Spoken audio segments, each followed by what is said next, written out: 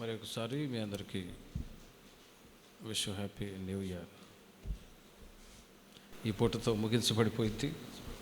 ఒక దినం గడిచిపోయినట్టే ఈ సంవత్సరానికి కావలసినటువంటి వాగ్దాన సందేశం నిన్నటి రోజున ఈరోజే ఉదయకాలం విన్నాం.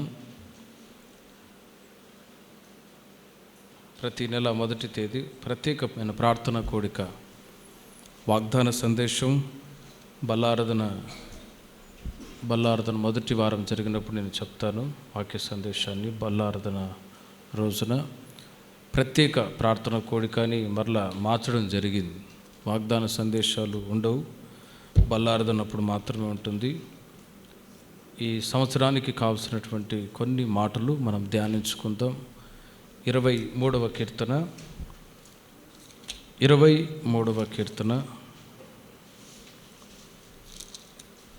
6వ చరణాన్ని మనం చదువుకుందాం.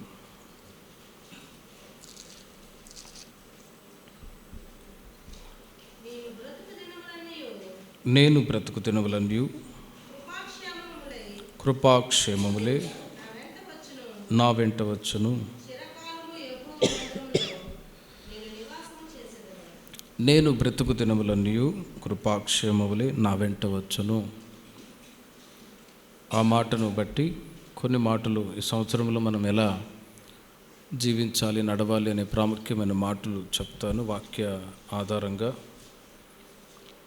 కీర్తనాకారుడైన దావీదు యెహోవా నా కాపరి, నాకు లేమి కలుగదు అని ప్రారంభించి అక్కడ చాలా విషయాలు తన అనుభవపూర్వకంగా చెప్తూ దేవుని స్తుతిస్తూ కీర్తిస్తూ చివరిగా తన యొక్క ఆశ ఏంటో అక్కడ తెలియజేస్తూ ఉన్నాడు. నేను బ్రతుకు దినములన్నీ కృపాక్షేమములే నా వెంట రావాలి అని దేవుణ్ణి కోరుకుంటూ స్తుతిస్తూ పాడుతూ ఉన్నాడు.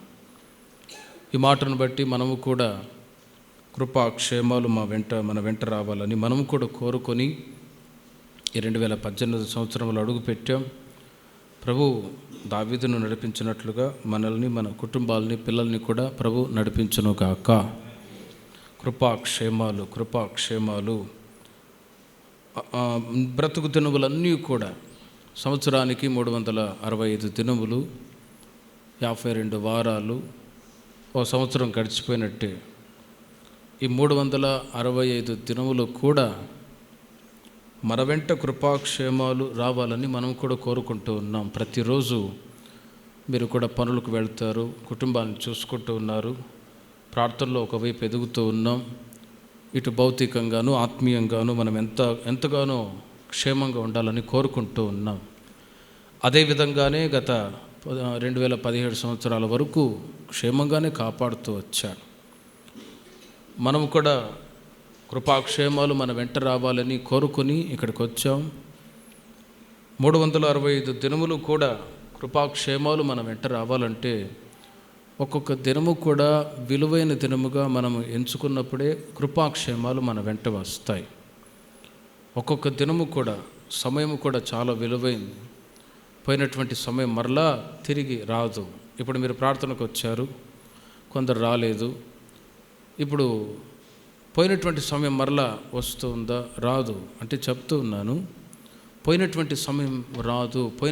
గడిచిపోయినటువంటి దినాలు, గడిచిపోయినటువంటి సమయం, గడిచిపోయినటువంటి అనుభవాలు మరలా తిరిగి రానే రావు. ప్రేమైన వర్లరా, అప్పుడప్పుడు కొన్నిసార్లు చిన్ననాట జరిగినటువంటి కొన్ని కార్యాలు, లేక అప్పుడప్పుడు కొన్ని అనుభవాలు మర్చిపోకుండా ధ్యానిస్తూ ఉన్నప్పుడు అనుకుంటూ ఉంటాం, ఆ రోజులు మరలా రావు కదా అని.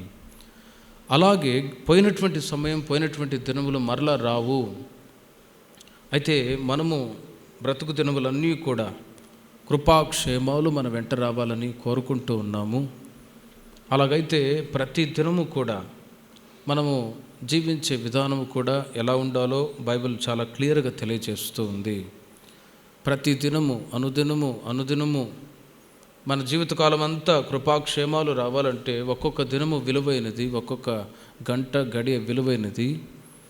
ఆ సమయాలలో మనము కృపాక్షేమాలు మన వెంట రావాలంటే అనుదినము, దినదినము అనే మాట బైబిల్ అక్కడక్కడ మనం చూస్తూ ఉన్నాం. దినదినము జీవితకాలం అంతా కృపాక్షేమాలు రావాలంటే ప్రతి దినము, అనుదినము మనం ఎలా బ్రతకాలి, ఎలా జీవించాలి, ఆ విధంగా జీవించినప్పుడు ఖచ్చితంగా క్షేమాన్ని దేవుడు కలగజేస్తాడు. అపోస్తుడైన పౌలు గారు కొరింథీయులకు రాసిన 2వ పత్రిక 4వ అధ్యాయం 16వ వాక్యంలో అంటాడు, అనుదినము మన జీవితకాలం అంతా కృపాక్షేమాలు మన వెంట రావాలంటే అనుదినము మనము జీవించే విధానాన్ని బట్టే మన యొక్క ఆశీర్వాదాలు, మన యొక్క ఆత్మీయ ప్రగతి ఆధారపడి ఉంటుంది.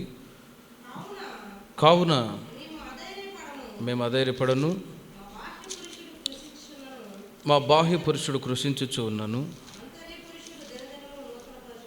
ఆంతర్య పురుషుడు దినదినము నూతన పరచబడుచు ఉన్నాడు.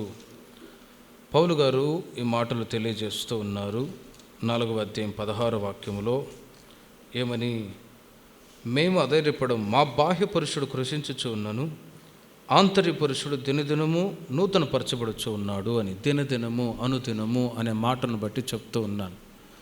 కృపాక్షేమాలు మన వెంట రావాలంటే అనుదినము ప్రతిదినము మనం దేవుని ఎదుట మనము జీవించే విధానం ఎలా ఉండాలో బైబిల్ చెప్తూ ఉంది. పౌలు గారు అంటారు, ఆయన ముందుగా సౌలుగా ఉన్నవాడు పౌలుగా మారిపోయాడు. ప్రభు ఆయనను దర్శించిన తర్వాత దేవుని యొక్క సువార్త అనేక ప్రాంతాల్లో ప్రకటిస్తూ అనేక సంఘాలని స్థాపించి సేవకులను ఏర్పాటు చేసి పరిచర్య చేస్తూ సేవలో చాలా నలిగిపోయాడు. ఎంతగా నలిగిపోయాడంటే ఆయనను చూసిన వాళ్ళందరూ కూడా ఈయన ఒక పాస్టరా అంటూ ఉండేవాడు. అంత బక్కచిక్కిపోయి బలహీనంగా, కృంగిపోయి బలహీనంగా, అంటే పాస్టర్ అంటే చాలా లావుగా, హైటు వెయిటు అన్నీ ఉండాలి అన్నట్లుగా. మేము కూడా క్రొత్తలో సన్నగా ఉండేవాళ్ళం, ఇప్పుడు కొద్దిగా వయసు పెరిగే కొద్ది బాగున్నామండి. అప్పట్లో కొన్ని పల్లెటూర్లలో ప్రార్థన కోడికలు ఏర్పాటు చేయడానికి వెళితే ఇవంగ్లా పాస్టర్ అవళ నెల్లిసాయి இருக்கிறாங்களே అనేవాళ్ళు కొందరు తమిళోళ్ళు. ఇంత సన్నగా ఉన్నారు వీళ్ళ పాస్టర్లు, వీళ్ళేం చేస్తారని. అంటే పాస్టర్లు అంటే బాగా హైటు వెయిటు బట్టతల అన్నీ ఉండాలి అన్నట్లుగా. ఇప్పుడు అపోస్తలుడైన పౌలు గారు కూడా ఆయన శారీరకంగా బలహీనుడు అంటే ఏ విధంగా సేవలో నలిగి శరీరం బలహీనమైపోయి కృంగిపోయినటువంటి పరిస్థితుల్లో సంఘాన్ని దర్శించి ఆయన సంఘానికి అనేక మాటలు చెబుతూ ఈ మాట చెప్తాడు, మా బాహ్య పురుషుడు కృషించుచు ఉన్న ఆంతర్య పురుషుడు దినదినము నూతన పరచబడుచు ఉన్నాడు. మీరు బయటికి చూస్తూ ఉన్నప్పుడు మేము బలహీనులం కానీ అంతరంగ పురుషుడు దినదినము బలపరచబడుచు ఉన్నాడు అనే ఆ మాటని తెలియజేస్తూ ఉన్నాడు. దినదినము సేవా పరిచర్లో ఆయన నలిగి శరీరం బలహీనమైపోయినా అంతరంగ పురుషుడు మాత్రం దినదినము బలపరచబడుచు ఉన్నాడు. ఇప్పుడు మన జీవితాల్లో కూడా ఈ మాటను బట్టి లోతైన అనుభవం ఏంటంటే బాహ్య పురుషుడు ఉన్నాడు, ఆంతర్య పురుషుడు ఉన్నాడు. బాహ్య పురుషుడు అంటే శరీరం, ఆంతర్య పురుషుడు అంటే ఆత్మ. శరీరం బాహ్య పురుషుడు, ఆత్మ ఆంతర్య పురుషుడే ఉండగా ఇప్పుడు శరీరం బలంగానే ఉంది కానీ ఆత్మ బలహీనమైపోతే ప్రయోజనం లేదు.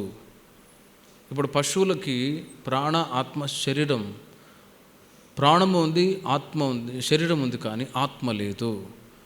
మనకు దేవుడు ఏమిచ్చాడంటే ఆత్మని ఒక దీపముగా ఇచ్చాడు. అది దేవుడు మనకిచ్చిన ఒక స్పెషల్ క్రియేషన్. ప్రాణ ఆత్మ శరీరం ఉంది. ఇప్పుడు మరొక వైపు బాహ్య పురుషుడు ఉన్నాడు, అంతరంగ పురుషుడు ఉన్నాడు. ఇప్పుడు ఆధ్యాత్మిక జీవితంలో మన వెంట కృపాక్షేమాలు రావాలని కోరుకుంటే ఇప్పుడు ఈ మాటను బట్టి దినదినము ఆంతర్య పురుషునిలో మనము బలం పొందుతూ రావాలి, నూతనంగా బలపరచబడుతూ ఉండాలి. ఏ విధంగా అంతరంగ పురుషుడు బలపరచబడతాడు? బాహ్యంగా మనం బలంగా ఉండటానికి, ఆరోగ్యంగా ఉండటానికి, తిరగటానికి శక్తి బలం కావాలంటే ఏం చేస్తాం? బాగా తింటాం. తినకపోతే నీరసం. కొంత చిన్నపిల్లలు ఉంటారు, పై తిండిలే తింటారు కానీ అన్నం తినరు. అప్పుడు సరైన విధంగా అన్నం తిననప్పుడు నీరసం అంటూ ఉంటారు. అప్పుడు ఆహారము బాహ్యంగా తిననప్పుడు ఏ విధంగా నీరసం అవుతుందో శరీరం, అదేవిధంగా అంతరంగ పురుషునికి కూడా ఆహారం ముఖ్యం. అంతరంగ పురుషుడు బలపరచబడాలంటే, దినదినము నూతనపరచబడాలంటే ఆత్మీయ ఆహారము ద్వారా మనము బలపరచబడాలి. హల్లెలూయా. ఏంటి ఆహారం? అది దేవుని వాక్యమే ఆ ఆహారం. అనుదినము మనము దేవుని సన్నిధిలో కృపాక్షేమాలు మన వెంట రావాలి అని కోరుకున్నప్పుడు మన ఆత్మకు ఆహారం పెట్టాలి. ఏంటి ఆహారం? దేవుని వాక్యం. ద్వితీయోపదేశకాండం 8వ అధ్యాయం 3వ వాక్యంలో చూడండి, మనుష్యుడు రొట్టె వలన మాత్రం కాదు, దేవుని నోటి నుంచి వచ్చే ప్రతి మాట వలన బ్రతుకుతారు అనే మాట అక్కడ తెలియజేస్తున్నారు. 8వ అధ్యాయం 3వ వాక్యం. ఆహారం వలననే గాక యెహోవా సెలవిచ్చిన ప్రతి మాట వలన నరులు బ్రతుకుతారని. చాలు చూడండి, ఆహారం వలననే గాక యెహోవా సెలవిచ్చిన ప్రతి మాట వలన నరులు బ్రతుకుతురు. శరీరానికి ఆహారం ఎంత అవసరమో ఆత్మకు కూడా అంతే ఆహారం అవసరం. అది ఏ ఆహారం? దేవుని మాటలే మన ఆత్మకు ఆహారము. ఈ ఆహారం చేత మనం పోషింపబడుతూ ప్రతిదినము మనము జీవిస్తూ ఉన్నప్పుడు అప్పుడు నిశ్చయముగా కృపాక్షేమాలు మన వెంట వస్తాయి. దేవుని వాక్యము ప్రతిదినం చదవడం, ఆ తర్వాత ధ్యానించడం, వాటిని మనసులో భద్రపరచుకోవడం. బైబిల్లో కూడా కీర్తనాకారుడు చెప్తాడు, ధర్మశాస్త్రాన్ని ఎవరైతే చదువుతారో దానిలో ఆనందిస్తారో వారు చేయునదంతయు సఫలపరచబడునుగాక. ఇప్పుడు మన ప్రతిదినము పనులు చేస్తారు, డ్యూటీ చేస్తున్నారు, కుటుంబాలను పిల్లల్ని చూస్తున్నారు. ప్రతి విషయంలో మనం చేసే కార్యాలన్నీ దేవుడు సఫలపరచాలని కోరుకున్నప్పుడు మొట్టమొదట మన ఉదయాన్నే ఒక అధ్యాయం, కనీసం ఒక 2 అధ్యాయాలన్న, ఒక అధ్యాయమన్న చదివి కాసేపు ప్రార్థన చేసుకొని మనము ఆ దినాన్ని ప్రారంభించినప్పుడు, ముఖ్యముగా వాక్యము ద్వారా, వాక్యమనే ఆహారం చేత మనం పోషింపబడి ప్రార్థన చేసుకొని వెళ్ళినప్పుడు ఆ రోజంతా మన ఆత్మకు దేవుడు బలమును దయచేయునుగాక. లేకపోతే ఆత్మకు ఒక బలం ఉండదు. శరీరానికి ఎంత ఆహారం అవసరమో ఆత్మకు కూడా అంతే ఆహారం అవసరం. అది దేవుని వాక్యమనే ఆహారము. మనుషుడు రొట్టె వలన మాత్రం కాదు, దేవుని నోటి నుంచి వచ్చే ప్రతి మాట వలన బ్రతుకుతాడు. ఆ రోజుల్లో కొంతమంది యేసు ప్రభువును వెంబడిస్తూ ఉండేవాళ్ళు. ఎక్కడికి వెళ్ళినా ఒక గ్రూప్ వాళ్ళు ఆయన వెంట వెళ్తూ ఉండేవాళ్ళు. ఎందుకంటే ఆయన ఎక్కడికి వెళ్తున్న అద్భుతాలు, మహత్కార్యాలు చేస్తున్నారు కదా. 5 రొట్టెలు 2 చిన్న చేపల్ని బట్టి 7,000 మంది ఆహారం తినేటట్లుగా మిరాకాలు చేశాడు. అప్పుడు కొంతమంది ఏం చేశారంటే పని పాట లేకుండా యేసు ప్రభు వెంబడి తిరిగేవాళ్ళు. ఎందుకు? ఆయన ఎక్కడికి వెళ్తూ ఉన్నా కూడా అక్కడ మొత్తం రోజు బోకొట్టాలేగా. ఇక అప్పుడు వాళ్ళను బట్టి యేసు ప్రభు అంటారు, మీరు నా వెంట ఎందుకు తిరుగుతారు? క్షయమైన ఆహారం కొరకు మీరు ఎందుకు ప్రయాసపడతారు? అక్షయమైన ఆహారం కొరకు కష్టపడండి అని యేసు ప్రభు ఒకసారి చెప్పారు. యేసు ప్రభుని వెంబడిస్తే ఇంకా క్షయమైన ఆహారం దొరుకుతుందన్నట్లుగా అక్షయమైన ఆహారం కొరకు కాదు, కానీ క్షయమైన ఆహారం కొరకే వెతికే వాళ్ళు ఉన్నారు. అందుకే దేవుడు అంటాడు, క్షయమైన ఆహారం కొరకు కాదు కానీ అక్షయమైన ఆహారం కొరకు మీరు ప్రయాసపడండి. బ్రతకటానికి ఎంత ఆహారం అవసరమో అంతే ఆత్మకు ఆహారం అవసరం. అది ఏ విధంగా మనకు ప్రయోజనకరంగా ఉంటుందంటే, కీర్తనాకారుడు ఒకసారి అంటాడు, 56వ కీర్తన 2వ చరణములో, 56వ కీర్తన 2వ చరణంలో ఒక మాట అంటారు, అనేకులు గర్వించి నాతో పోరాడుచున్నారు, దినమెల్ల నా కొరకు పొంచి ఉన్నవారు. చూడండి, మృంగవలనని ఉన్నారు, దినమెల్ల నా కొరకు పొంచి ఉన్నారు కొందరు అంటాడు. దావీదు దేవుని సన్నిధిలో ఆయన ఒకవైపు రాజ్యాన్ని పరిపాలిస్తూ ఉన్నాడు, ఒకవైపు ఆధ్యాత్మికంగా బలపరచబడుతూ ఉన్నాడు. ఆయనకు విరోధంగా కొంతమంది దినమెల్ల పొంచి వేసుకుని ఉన్నారు, మృంగవలనని ఉన్నారు. దినమెల్లా ప్రజలు పొంచి వేసుకొని, శత్రువులు పొంచి వేసుకుని ఉంటే కీర్తనాకారుడు ఏం చేస్తున్నాడు? దినమెల్లా వాక్యాన్ని చదివి, వాక్యమే తన పాదములకు దీపముగా ఉంచుకొని ఆయన నడుస్తూ ఉన్నాడు. కనుక ఎంతమంది ఆయనకు విరోధంగా పొంచి వేసుకొని మృంగవలని ఉన్నా కూడా ఏ కీడు దావీదుకి పొరపాటున కలగనే లేదు. హల్లెలూయా. ఇప్పుడు మనము కూడా నీ వాక్యము నా పాదములకు దీపము, నా త్రోవకు వెలుగు అనుకొని మన ప్రతిదినము బైబిల్ చదివి వాటిని హృదయములో భద్రపరుచుకున్నట్లయితే కొన్ని శత్రువులు, సమస్యలు, ఇబ్బందులు, పోరాటాలు ఎదురైనప్పుడు ఆ వాక్యం మన ఆత్మకు ఆహారము గనుక మన ఆత్మ నశించిపోకుండా, కృంగిపోకుండా, బలహీనపడిపోకుండా ఈ వాక్యాలు, ఉపదేశాలు మనకు ఎంతో సహాయకరంగా ఉంటుంది. వాక్యాలు మనసులో లేకపోతే కొన్ని కష్టాలు వచ్చినప్పుడు, ఇబ్బందులు వచ్చినప్పుడు తట్టుకోలేని పరిస్థితి. అప్పుడు దేవుడు లేడు, గీవుడు లేడు, యేసుప్రభు లేడు, యేసుప్రభు లేడు అని చెప్పి కొందరు చర్చి, ప్రార్థన, బైబిల్ని మానేస్తారు. అయితే ఆత్మలో వాక్యాలు ఉన్నప్పుడు ఏ సమస్యలు వచ్చినా కూడా ధైర్యంగా ఉండగలరు. ఇంకా లోతుగా చెప్పాలంటే పేతురు రాసిన మొదటి పత్రిక 2వ అధ్యాయం 2వ వాక్యములో మనం చదివినట్లయితే అక్కడ పేతురు సంఘానికి చెప్తూ ఉన్నారు, మీరు మొదట పాలుతో పోషింపబడ్డారు, అయితే బలమైన ఆహారం చేత పోషింపబడాలి అంటారు. పేతురు రాసిన మొదటి పత్రిక 2వ అధ్యాయం 2వ వాక్యములో, మొదటి పత్రిక పేతురు రాసిన మొదటి పత్రిక 2వ అధ్యాయం 2వ వాక్యం, ప్రభు దయాళుడని రుచి చూచి ఉన్న ఎడల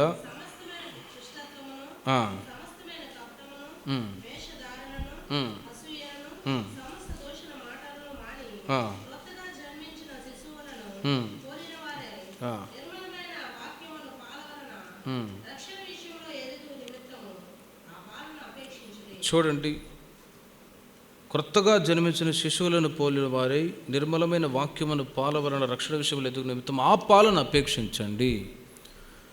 పుట్టినటువంటి పిల్లల్ని కొంతకాలం పాలతో పోషిస్తారు. వాళ్ళకు ఒకేసారి బలమైన ఆహారం పెట్టరు. ఒకవేళ బలమైన ఆహారం పెట్టినా ఏమవుతారు పిల్లలు?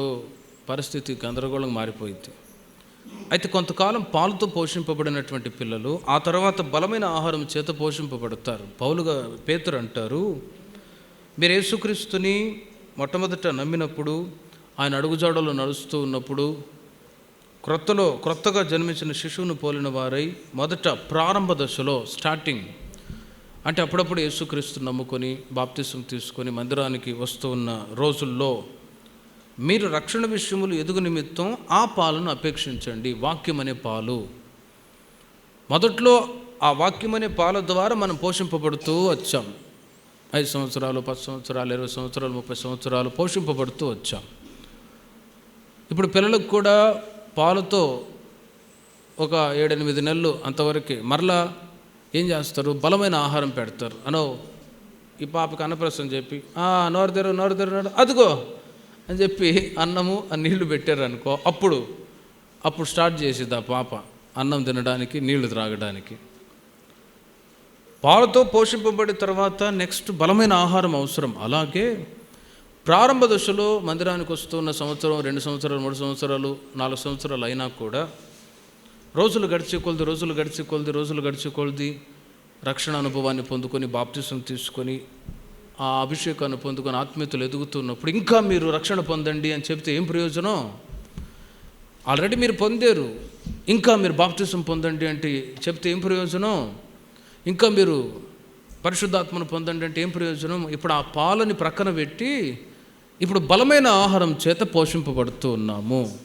హెబ్రీ సంఘానికి పౌలు గారు రాస్తారు 5వ అధ్యాయం, హెబ్రీలకు రాసిన పత్రిక 5వ అధ్యాయము 11వ వాక్యం. ఇందును గురించి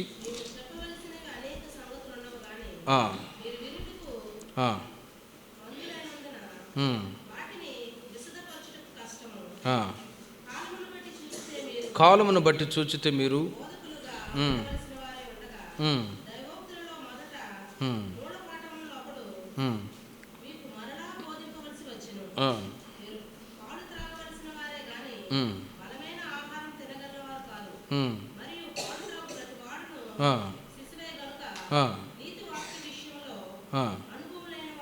చూడండి, పాలు తాగు ప్రతివాడును శిశువే గనుక నీతి వాక్యములు అనుభవం లేనివాడునై ఉన్నాడు. వయస్సు వచ్చిన వారు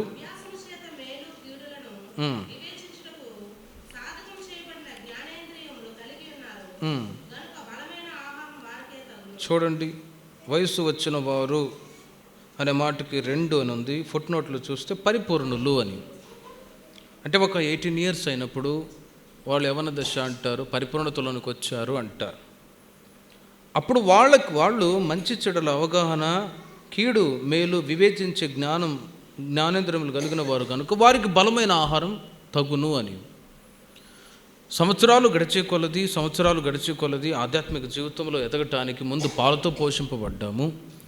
ఇప్పుడు మరలా మీరు మారుమనసు పొందండి, యేసు రక్షించును, హీఈస్ డెలివర్ యువర్ సిన్ అంటే ఏం ప్రయోజనం?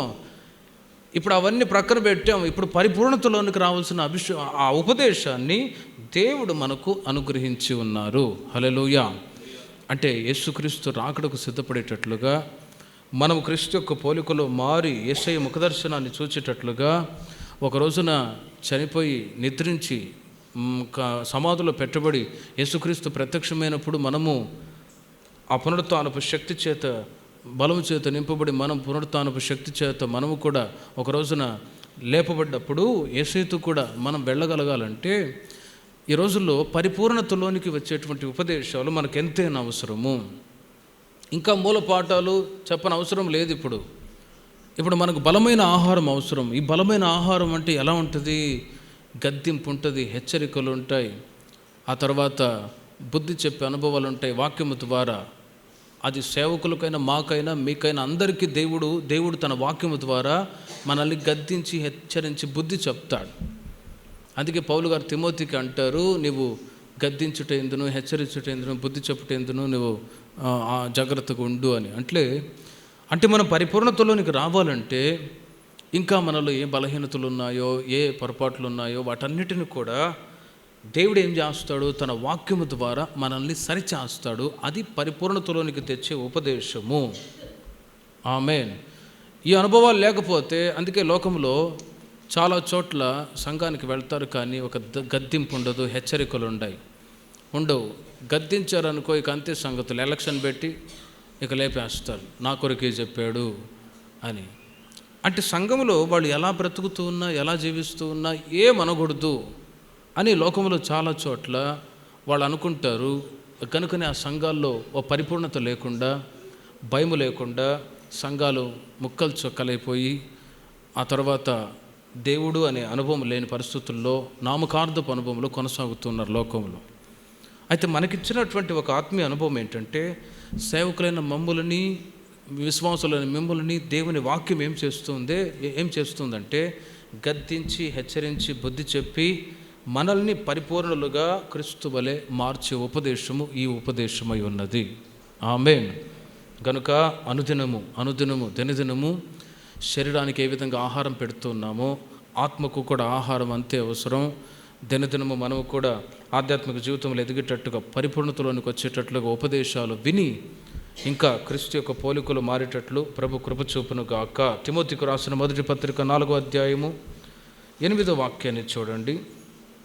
అనుదినము మనం చేయవలసిన పని, మొదట ఆత్మీయ ఆహారం చేత మనల్ని బలపరుచుకోవాలి. రెండవదిగా తిమోతికి రాసిన మొదటి పత్రిక 4వ అధ్యాయం 8వ వాక్యం, శరీర సంబంధమైన సాధకము కొంచెం మట్టికి ప్రయోజనకరమవును కానీ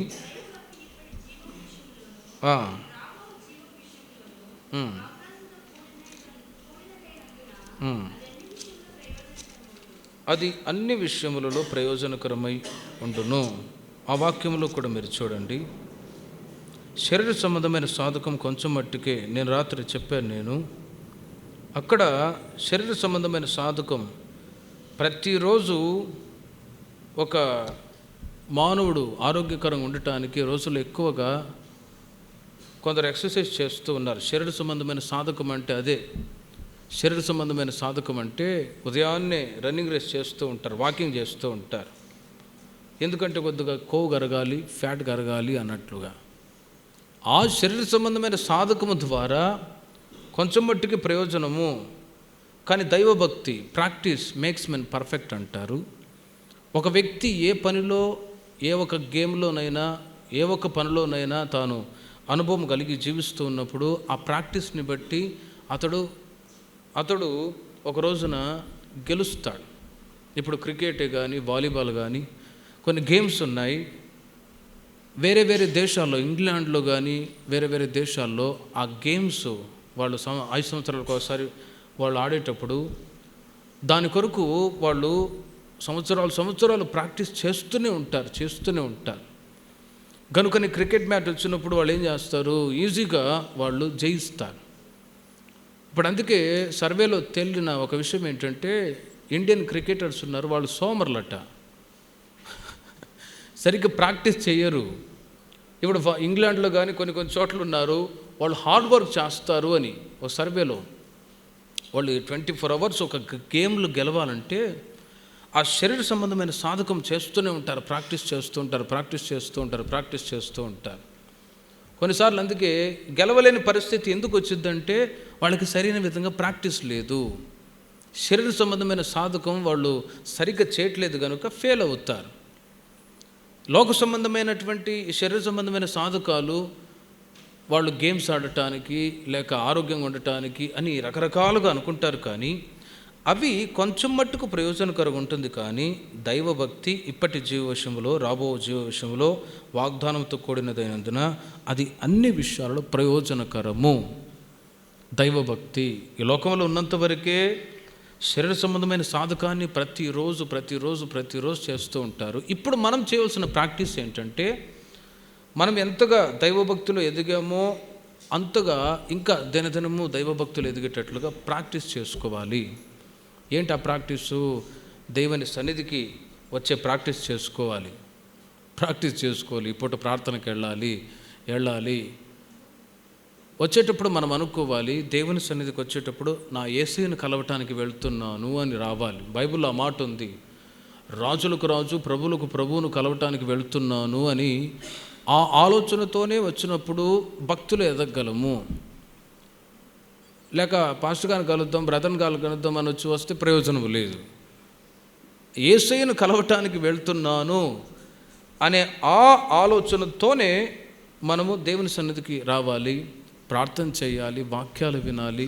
కష్టమైన, సుఖమైన, బలమైన, బలహీనమైన మనం కూర్చొని ప్రార్థనలు వెళ్తే చాలు. ఇది ఒక ప్రాక్టీస్. ఇప్పుడు గంటల తరబడి మనము దేవుని సన్నిధిలో కూర్చోటానికి కొన్నిసార్లు ఇబ్బంది పడతాం. లోతుగా ఒక విషయం ఏంటంటే, పరలోక రాజ్యములో గంటలు అక్కడ ప్రభువుని ఆరాధించే అనుభవం అక్కడ ఉంటుంది. అక్కడికి వెళ్ళి మనం అక్కడ దేవుని ప్రతిదినము అనుదినము స్తుతించగలగాలంటే ఈ లోకములో ఉన్నప్పుడే ప్రాక్టీస్ చేయగలిగితేనే అక్కడ వెళ్ళి సులభముగా మనం స్తుతించగలము. హల్లెలూయా. ఇప్పుడు నేను ఒకవేళ బలవంతాన స్తోత్రాలు చెప్పండి అన్నా కూడా స్తోత్రం అంటూ ఉన్నామనుకో, బలవంతాన్ని అంటున్నానని మీరు చేస్తే ప్రయోజనం లేదు. యేసయ్య కొరకు చేస్తున్నాను అని చెప్పి స్తోత్రం అంటూ ఉన్నామనుకో, అప్పుడు దైవభక్తిలో ఎదగలము. ప్రతి విషయంలో ప్రార్థన సన్నిధికి వచ్చేటప్పుడైనా, ప్రార్థనలు ఎదిగేటప్పుడైనా, బైబిల్ చదివే విషయంలోనైనా, ప్రతి విషయంలో దైవభక్తులు ఎదగటానికి ప్రాక్టీస్ చేసుకుంటూ ఉండాలి. ప్రాక్టీస్ చేయాలి. శరీర సంబంధమైన సాధకమే కొంచెం మట్టుకు ప్రయోజనకరం, కానీ ప్రార్థనకు వచ్చే విషయంలో హెబ్రీ సంఘానికి పౌలు గారు రాస్తారు చూడండి. హెబ్రీలకు రాసిన పత్రిక 5వ అధ్యాయము 14వ వాక్యములో, వయసు వచ్చిన వారు చూడండి, అభ్యాసము చేత చాలు, అభ్యాసము చేత. ఇప్పుడు ప్రాక్టీస్. వయసు వచ్చిన వారు అభ్యాసము చేత మేలు కీడులను వివేచించుటకు సాధకం చేయబడిన జ్ఞానేంద్రియములు కలిగి ఉన్నారు అని. అప్పుడంటే గతంలో మనకు తెలియదు.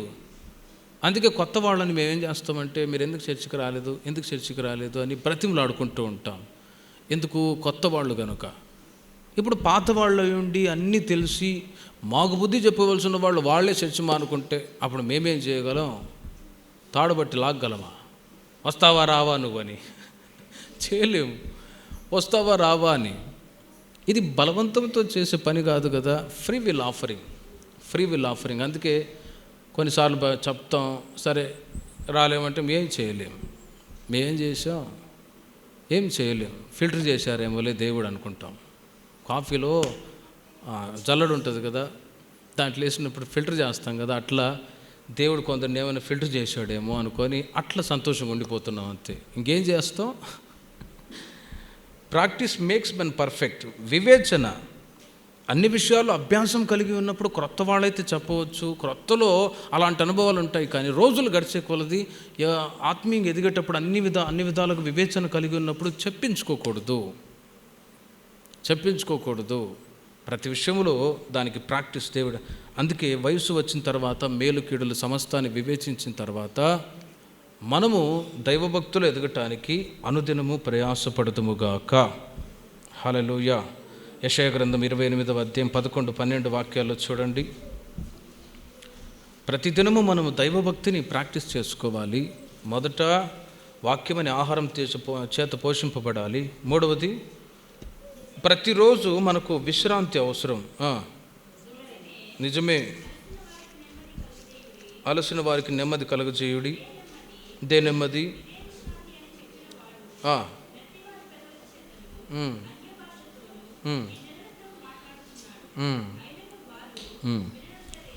చాలు. చూడండి, అక్కడ పరిశుద్ధాత్మను గురించి యెషయా ప్రవక్త ద్వారా దేవుడు చెప్తూ ఉన్నాడు. ఇదే నెమ్మది, ఇదే విశ్రాంతి అని చెప్పినవాడు నత్తివారి పెదవుల చేతును అన్య భాషలతోనూ ఈ జనులతో మాట్లాడుచున్నాడు అని. ఒక వ్యక్తి ఇప్పుడు మనం ప్రతిరోజు మనకు విశ్రాంతి అవసరం, నిద్ర అవసరం. నిద్ర లేకపోతే ఆరోగ్యం పాడైద్ది, లేక రకరకాల జబ్బులు వస్తాయి. ఒక వ్యక్తికి ఖచ్చితంగా నిద్ర అవసరం. 24 అవర్స్ ఉంది, ఖచ్చితంగా ఒక 6 అవర్స్ 8 అవర్స్ అన్న నిద్ర అవసరం. ఏదైనా తోటలో ఆదాము దేవుడు సృష్టించినప్పుడు ఆయన రాత్రంతా అలాగే మేల్కొని ఉన్నాడు. మరి ఈ వ్యక్తి రోజంతా కష్టపడుతున్నాడు, అది పనులు చేస్తూ తిరుగుతున్నాడు. సరే, విశ్రాంతి కావాలా అని చెప్పి నిద్ర పో అని దేవుడే నిద్రని అనుమతించాడు, నిద్రనిచ్చాడు. ఎందుకు? విశ్రాంతి అవసరము అని. ఇప్పుడు అందుకే విశ్రాంతి మనిషికి లేకపోయినప్పుడు ఏమవుద్ది? అనారోగ్యాలు వస్తాయి, బలహీనతలు వస్తాయి, చాలా శారీరకంగా కృంగిపోతారు. అందుకే నైట్ డ్యూటీలు చేసి కొందరైతే చాలా బాధపడుతూ ఉంటారు. మనిషికి ఆరోగ్యంగా ఉండటానికి నిద్ర అవసరం. అదేవిధంగా ఆత్మకు విశ్రాంతి అంతే అవసరము. హల్లెలూయా. ప్రతిదినము మనం ఖచ్చితంగా నిద్రపోతాం అలసిపోయినప్పుడు. అలాగే విశ్రాంతి అవసరం. మనకు ఆత్మీయంగా మనకు కూడా మన ఆత్మకు విశ్రాంతి కావాలి అన్నప్పుడు ఏ విధంగా విశ్రాంతి దొరుకుతుంది? మొట్టమొదట దేవుని మందిరానికి వచ్చినప్పుడు ఒక విశ్రాంతి. ఇప్పుడు మీరు వచ్చారు చర్చికి, ఎంత పీస్ఫుల్గా ఉన్నాము చూడండి. పీస్ఫుల్గా వాక్యాలు విని పాటలు పాడుకొని సంతోషం ఉంటుంది. ఇక్కడ సంతోషం ఉంటుంది, ప్రార్థన సమయం కనుక. రెండవది, పరిశుద్ధాత్మను పొందినప్పుడు ఒక సంతోషం ఆత్మకి. మూడవది, ప్రార్థన చేసినప్పుడు సంతోషం, అన్ని భాషలతో మాట్లాడుతున్నప్పుడు సంతోషం. ఇక్కడ ఉండే సంతోషం రోమా సంఘానికి పౌలు గారు రాస్తారు, దేవుని రాజ్యం భోజనమును పానమును కాదు కానీ నీతియు సమాధానము పరిశుద్ధాత్మ ఎంతలి ఆనందమునై ఉన్నది. హల్లెలూయా. ఇక్కడికి వచ్చినప్పుడు దేవుడు మనకు విశ్రాంతినిస్తాడు. ఆత్మకి ప్రార్థించినప్పుడు, స్తుతించినప్పుడు, అన్ని భాషలతో మాట్లాడి దేవుని నామాన్ని కనపరిచినప్పుడు, ముఖ్యంగా టోటలీ దేవుని సన్నిధికి వచ్చినప్పుడు. అందుకే యేసుప్రభువు అంటారు, ప్రయాసపడి భారాన్ని మోసుకొని పోచున్న సమస్త ప్రజలారా నా యుద్ధకు రండి, నేను మీకు విశ్రాంతినిస్తానన్నాడు. అంటే నా మందిరంలో కాలు జబ్బుకొని పడుకోండి, ఫ్యాన్లు వేసుకొని అని కాదు. కొందరు పల్లెటూరులో అలాగే చేస్తారు. ఫుల్గా వచ్చి ఇక ముసుకేసుకొని నిద్రపోతూనే ఉంటారు. కష్టజీవులు వాళ్ళు కష్టపడతారు. ఆ నిద్ర, ఆ విశ్రాంతి గురించిగా చెప్పింది ఆత్మకు విశ్రాంతి. కొందరు ఎన్నో సమస్యల్లో ఉంటారు, కష్టాల్లో ఉంటారు, ఇబ్బందుల్లో ఉంటారు. వాళ్ళు వచ్చి ప్రార్థన చేస్తానమ్మా, మీరు ప్రార్థన చేసుకోండి అని కాసేపు ప్రార్థన చేసుకున్న తర్వాత అంటారు కొంతమంది, ఇప్పుడు నెమ్మదిగా ఉందయ్యా మందిరానికి వచ్చిన తర్వాత, ఇంటికి వెళ్తే చాలు అక్కడ ఇంకా స్టార్ట్ అవుతాయి బాధలన్నీ. వారం ఒక్కరోజు బాగుంటుంది, మరలా 6 రోజులు ఇక అన్ని బాధలేయ్యా అనేవాళ్ళు కూడా ఉన్నారు. అయితే తరచుగా దేవుని సన్నిధికి వచ్చి ఒక 5 నిమిషాలు 10 నిమిషాలు ప్రార్థన చేసుకుంటేనే మనము ప్రతిరోజు సంతోషంగా ఆత్మకు విశ్రాంతి కలిగి మనము జీవించగలము. ఆమేన్. గనుక శరీరానికి ఎంత విశ్రాంతి అవసరమో ఆత్మకు కూడా అంతే విశ్రాంతి అవసరం. గనుక ఆత్మకు విశ్రాంతి కావాలంటే పరిశుద్ధాత్మ ద్వారా, దేవుని సన్నిధికి వచ్చడం ద్వారా, ప్రార్థన ద్వారా మనకు దేవుడు విశ్రాంతిని కలగజేస్తారు. 30వ కీర్తన 5వ వాక్యం 12వ వాక్యాన్ని కూడా మీరు చూడండి. ఆయన కోపము నిమిషం మాత్రముండును, ఆయన దయ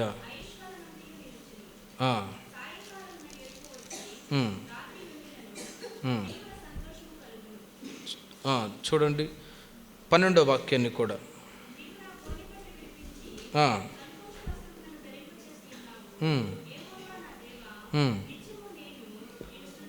చూడండి 30వ అధ్యాయం 5వ వాక్యము 12వ వాక్యాన్ని మీరు చాలా జాగ్రత్తగా గమనిస్తే, ఆయన కోపం నిమిషమాత్రముండును, ఆయన దయ ఆయుష్కాలమంతా నిలుచును. సాయంకాలమున ఏడుపు వచ్చి రాత్రి ఉండినను ఉదయమున సంతోషము కలుగును అంటాడు.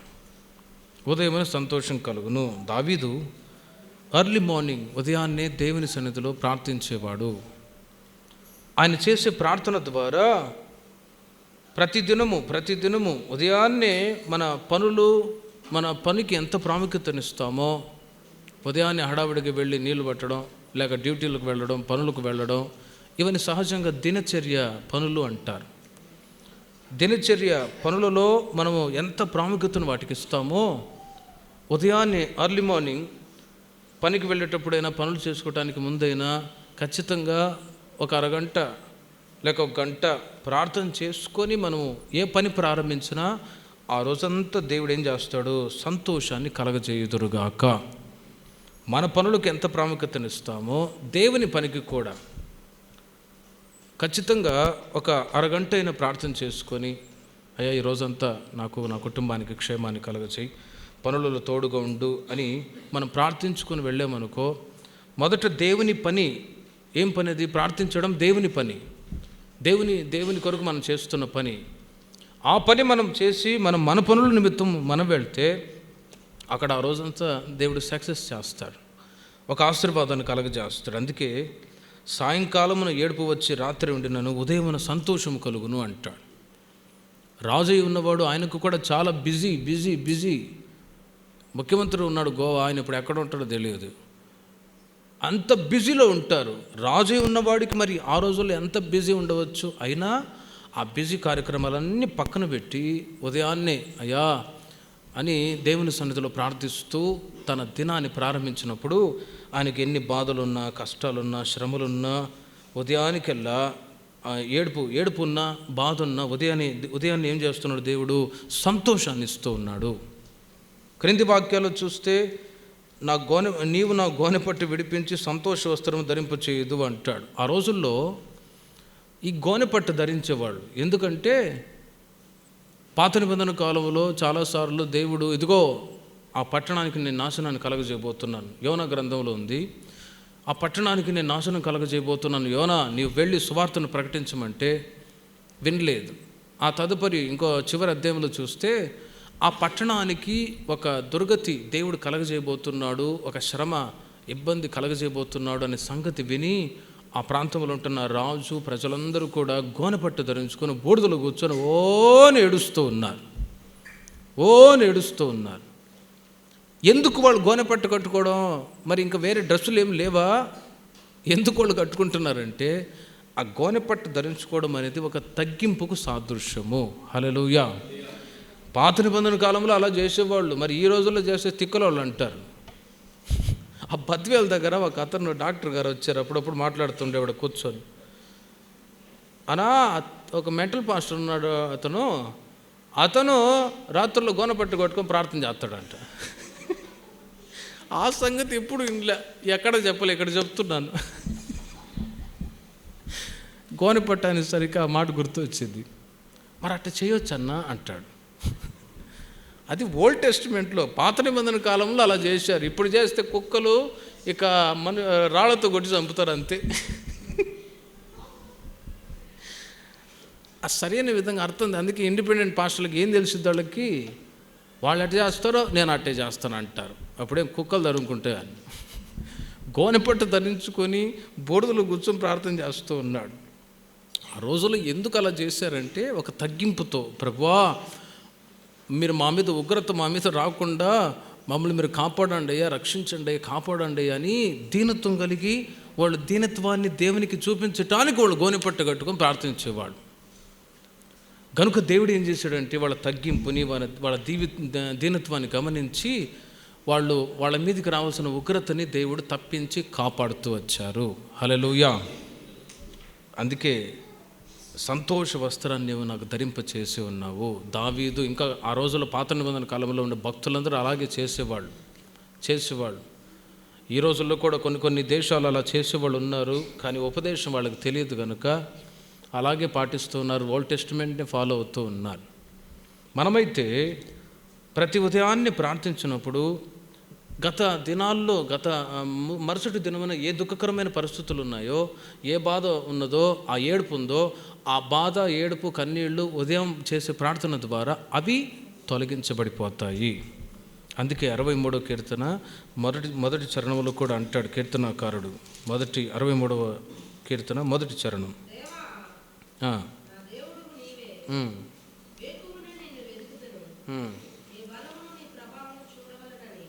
5-6 వాక్యాలు చూడండి. మరలా క్రొవ్వు మెదడు నాకు దొరికినట్లు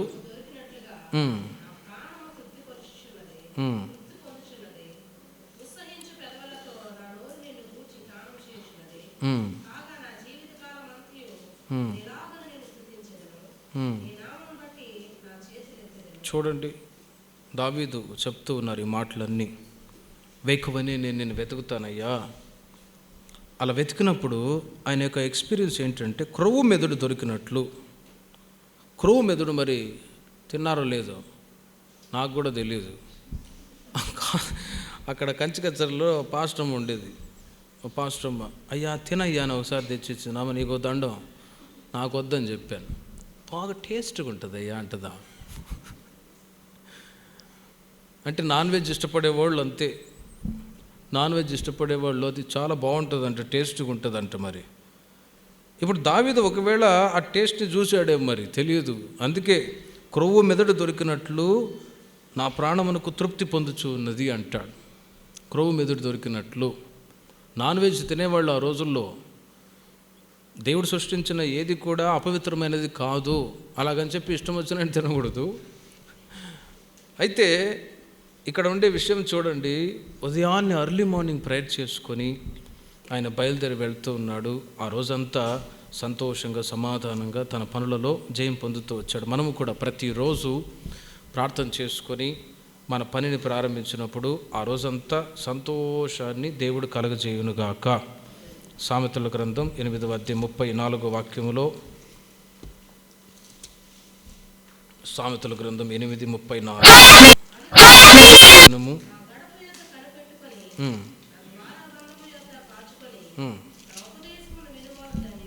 చూడండి, అనుదినము నా దూరబంధువుల ఎద్దు కూర్చొని, వారానికి ఒకసారి కాలేదు కానీ అనుదినము అంటే ప్రతిరోజు డైలీ బైబిల్ చదువుట ద్వారా, దేవుని వాక్యాలు వినట ద్వారా, దేవుని వాక్యాలు ధ్యానించటం ద్వారా మనము దేవుని యొక్క చిత్తాన్ని తెలుసుకోగలము. ఎందుకు మనం బైబిల్ చదువుతామంటే, ఎందుకు మనం ఉపదేశాన్ని వింటామంటే, మన జీవితంలో దేవుని యొక్క చిత్తం ఏంటో ఆ వాక్యాల ద్వారా తెలుసుకోవటానికి మనం చదువుతాం. ఏదో టైంపాస్ కానీ కాదు, ఏదో చదవాలని చదవడం కాదు. ఎందుకు మనం బైబిల్ని అనుదినము గడపెద్దు కూర్చొని ధ్యానించి చదవాలని చెప్తున్నారంటే, వాటి ద్వారా మన జీవితంలో ఎలా జీవించాలి, ఎలా మాట్లాడాలి, ఎలా బ్రతకాలనే ఆలోచనలన్నీ బైబిల్లో రాయబడ్డాయి.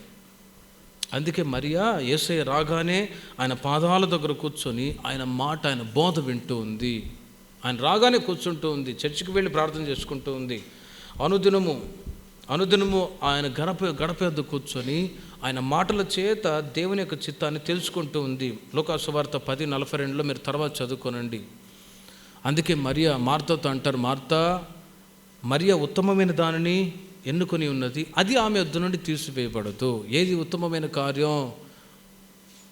అనుదినము ఆయన గడప వద్ద కూర్చొని ఉపదేశాన్ని విని మరియా దేవుని యొక్క చిత్తం, ప్రభు నా జీవితంలో మీ చిత్తం ఏంటి, మీ ఆలోచన ఏంటి అని అన్నీ తెలుసుకొని దేవుని యొక్క చిత్త ప్రకారము దేవుని ఆలోచన పొందుకొని నడుస్తుంది. ఈ లోకంలో మానవుడు బ్రతకటానికి, జీవించటానికి, ఆత్మీయ ప్రగతి పొందటానికి, పరలోకానికి వెళ్ళటానికి ప్రతిదీ కూడా బైబిల్లో ఉండే మాటలే మనకు ఆదర్శం. ఈ మాటల ద్వారానే మానవుడు ఎలా జీవించాలో ప్రతిదీ కూడా రాయబడ్డాయి. గనుకనే ఆ మాటలు మనం ప్రతిదినం చదవాలి. చదివినప్పుడు మనకు మేలు కలుగుతుంది. 68వ కీర్తన 19వ చరణములో కూడా మీరు తర్వాత చదువుకోండి. ప్రతి దినము మేలుతో దేవుడు నన్ను తృప్తిపరచును అని ఉంటుంది. బైబిల్ చదివినప్పుడు మనం మేలు పొందుకుంటాం. అంటే వాక్యాలు విన్నప్పుడు ఎలా మాట్లాడాలో, ఎలా బ్రతకాలో, ఎలా జీవించాలో అవి తెలియని పరిస్థితుల్లో మనకు దేవుడు అవగాహన కలగజేస్తాడు. కొన్ని సంఘాల్లో అందుకే మూర్ఖత్వంగా ఉంటారు కొందరు. వాళ్ళు కొద్ది రోజులు మందిరానికి వచ్చి వాక్యాలు విన్న తర్వాత చాలామంది చెప్పారు, నా దగ్గరకు వచ్చానా, అప్పుడు అంటే తెలియదన్నా, మాట్లాడే విధానం తెలియదు, జీవించే విధానం తెలియదు. అయితే ఇప్పుడు వాక్యాలు విన్న తర్వాత ఓహో ఇలా మాట్లాడాలి, ఇలా రెస్పెక్ట్గా ఉండాలి, ఇలా డిసిప్లిన్లో ఉండాలి అని ఈ అనుభవాలన్నీ మేము తెలుసుకున్నామన్నా అంతవరకు మాకు తెలియదు అంటారు.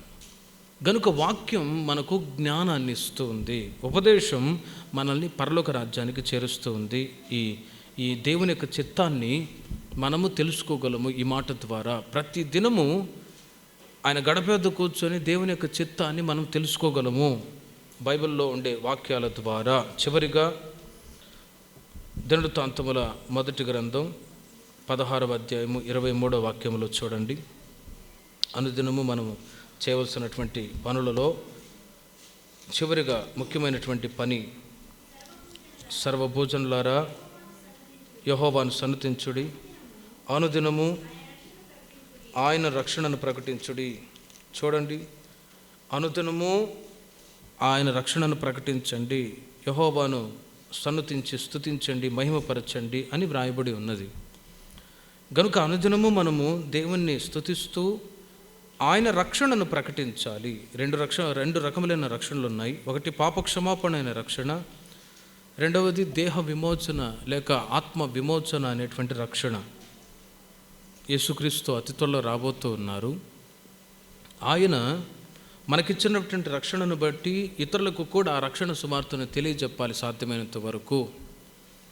అయ్యా ప్రభు నన్ను ఇలా రక్షించాడయ్యా, మీరు రండి మందిరానికి, ప్రభు నన్ను ఇలా దర్శించాడు, మీరు కూడా రండి అని సాధ్యమైనంత వరకు కుటుంబాల్లో కానీ పనిచేస్తున్న స్థలాల్లో కానీ దేవుని సన్నిధికి కొందరిని నడిపించాలి. ఆ బాధ్యత సేవకులైన మాకు ఉంది, మీకు ఉంది. అప్పుడే సంఘపు సరిహద్దులు విశాలపరచబడతాయి. లేకపోతే ఇంకా ఎక్కడేసిన గొంగళి అక్కడలాగే ఇక ఉన్నోళ్ళే 4 చప్పట్లు కొట్టుకున్నట్టుగా ఉంటుంది. రక్షణ సువార్తని ఒకవైపు మీరు కూడా ప్రయాసపడితేనే మనము ఈ పరిచర్ని అంచెలంచెలుగా అభివృద్ధి పథంలోనికి తీసుకొని రాగలము. అప్పుడు మనము మన ద్వారా కొందరిని ప్రభు రాకడికి సిద్ధపరచగలము. కనుక అనుదినము ప్రభుని స్తుతిస్తూ ఆయన మనకిచ్చిన రక్షణ, కీర్తనాకారుడు అంటాడు, రక్షణ పాత్రను చేతపుచ్చుకొని నా దేవుని నేను కీర్తించేదను.